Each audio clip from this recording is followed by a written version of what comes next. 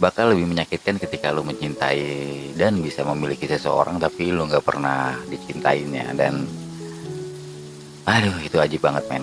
Jadi artinya gini, kalau lu mencintai tapi nggak pernah bisa memiliki orang yang lu cintain, itu setidaknya lu udah tahu di awal bahwa oh dia nggak suka sama gua, berarti kan kalau dia lebih milih jalan sama orang lain atau apa, jadi lu nggak terlalu stagnan. Oke, awalnya lu stagnan deh, lu stagnan, tapi lu stagnan lu nggak akan terlalu dropping, nggak akan terlalu overlapping dari sebuah permasalahan. Karena menurut gue cowok nih makhluk lemah ketika dia berhadapan dengan masalah percintaan dan pengkhianatan cinta ya. Jadi artinya ketika lu tahu, lu kan pasti pakai logika, oh iya dia pilih yang lain berarti dia nggak cinta sama lu, dan lu nggak boleh memaksakan, ya kan? Lu udah tahu, jadi lu bisa, ada teman-teman lu yang mungkin memberikan lu solusi, masukan, dan lu ngapain bro gini-gini, dia kan udah begini, jadi pikiran lu akan terbuka.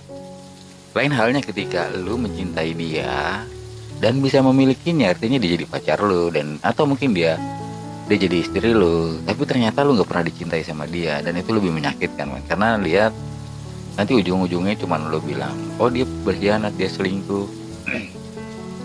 Itu hanya esensi lah, itu hanya esensi bumbu tentang bahwa sesungguhnya dia nggak pernah mencintai lu. Dan kapan sih lu bisa tahu dia mencintai lu atau enggak? Bukan artinya cewek itu mau lojak susah ya. Jadi gue sendiri nggak setuju dengan prinsip bahwa kalau lu sayang sama gue lu harus ikut susah sama gue. Gue nggak setuju. Gue nggak setuju ada lelaki yang punya prinsip begitu, karena dia perempuan itu, lo bayangin dia punya bapak yang sayang banget sama dia, dan yang namanya orang tua dan bapak lagi ya, apalagi ayah atau anak perempuan cinta pertamanya, dia bakal korbanin nyawa, dia bakal korbanin harta, materi, keringat, darah dia buat anak perempuannya. Masih lu tega lu ajak susah gitu kan? Kalau gue dan circle pertemanan gue nggak pakai konsep kayak gitu. Itu konsep amatir klise yang cenderung dipakai sama orang-orang katrok lah. Nah kalau gue konsepnya adalah gue akan ratukan dia, gue akan buat dia spesial, dan gue akan lihat bahwa gue dan teman-teman gue ya di lingkungan circle gue tuh kayak gitu. Gue lagi bahasnya bukan gue pribadi, tapi kebanyakan dari teman-teman gue, circle gue tuh kayak gitu. Jadi artinya kita selalu menjaga sesusah-susahnya kita ini, bahwa jangan sampai orang ini susah gitu. Artinya gini lah, saya nggak punya duitnya kita tetaplah lu gue ajak makan yang kelasnya, walaupun kafe pinggir jalan tapi ada nama kafenya gitu kan. Walaupun gerobak tapi agak bersih lah gitu. Artinya gini loh, walaupun jajannya cilok gitu kan, tapi artinya cilok tuh dianterin sama abangnya gitu. Kita nggak perlu antri berdiri di pinggir jalan gitu. Jadi hal kayak gitulah. Jadi artinya sebisa mungkin membuat orang nggak susah itu bukan dari parameter uang aja sebenarnya sih, dari tenaga lu, pikiran lu, dan apa-apaan lu. Tapi ketika itu semua lu lakuin, dan lu bakal tahu dia benar-benar suka atau cinta sama lu nggak sih. Dan itu nggak akan ketahuan di awal. Ketahuannya adalah ketika lu udah nggak punya apa-apa. Dan ini berlaku buat kalau menurut gue ya, buat cowok, buat cewek sama aja lah. Ketika dia masuk fase pemain ya, masuk pemain, dan dia akan memainkan peran-peran kayak gitu selesai.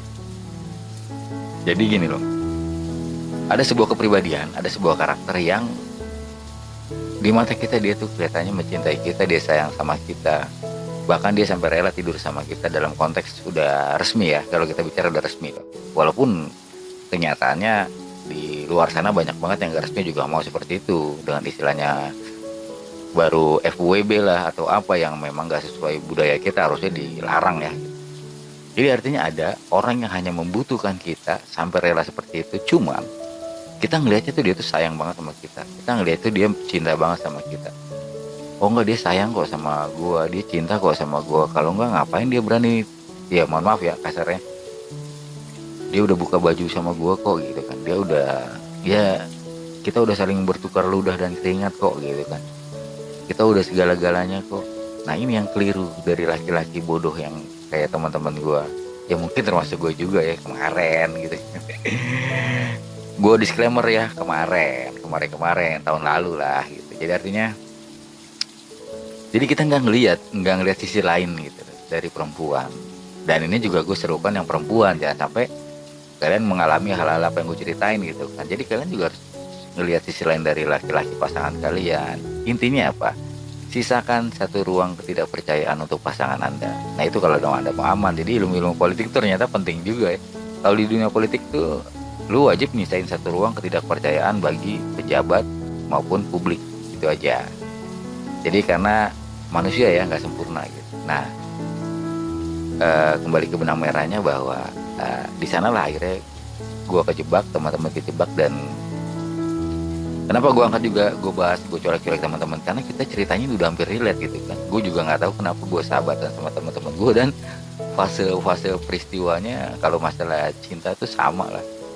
Ketemu yang begini, ntar kita ngumpul bareng. Jadi gue nggak terlalu dropping juga sebenarnya, karena dia cerita sama gue begini, cewek gue gini, loh kok sama, oh itu jangan cewek-cewek kita satu kakek di sononya gitu. Jadi kehibur gitu lah. Terus ketemu pola-pola lainnya gitu. Jadi artinya, cuman yang mau gue seruin adalah di sini bahwa ada karakter yang sebegitunya kita dianggap sayang. Biar dia kita anggap sayang dan sampai rela melakukan apapun. Tapi ternyata begitu kita nggak punya apa-apa, terus kita nggak bisa memenuhi kepentingan, akhirnya dari sana ketahuan bahwa ternyata dia nggak benar-benar mencintai kita, dan dia hanya mendominasi kebutuhan dia sama kita, dalam tanda kutip, bukan memanfaatkan ya. Kalau memanfaatkan mungkin dia nggak akan ngapa-ngapain, tapi kebutuhan sama kita. Ada satu karakter yang mesti teman-teman tahu juga, bahwa ada perempuan yang hanya dia yang punya kebutuhan, dan ketika dia melihat bahwa oh cuman gue doang yang bisa memenuhi kebutuhan dia akan kejar, dia akan lakukan segalanya, dia bahkan tidur sama kita, dan akhirnya kita terlena dan kita hanya anggap bahwa oh dia sayang sama gue, dia suka sama gue, cinta sama gue. Jadi ketika ada orang lain yang coba ngingetin gue, akhirnya kita jadi bego dan nggak paham dan nggak mau back to basic, dan pandangan kita hanya tertutup bahwa oh dia udah tidur sama kita berarti dia suka sama kita, oh dia udah mau ngapa-ngapain sama kita berarti dia cinta sama kita. Dan ternyata itu enggak, dan itu banyak kesalahan yang banyak dilakukan sama teman-teman lelaki, yang ketika dia bilang jatuh cinta maka dia nggak pakai logika. Dan ini menurut gue bener banget, dan nggak salah dia juga ya, karena kan yang namanya laki-laki, ketika lu udah meratukan seorang perempuan, lu bikin spesial, dan ternyata perempuan itu nggak suka, nggak sayang sama lu, ya itu memang takdir atau mungkin ketetapan, entahlah. Tapi dari awal tadi gue ingatkan bahwa ketika lu mencintai seseorang dan lu berhasil memilikinya, dan dia nggak pernah mencintai lu, itu jauh lebih sakit ketika lu mencintai seseorang tapi lu nggak bisa memilikinya.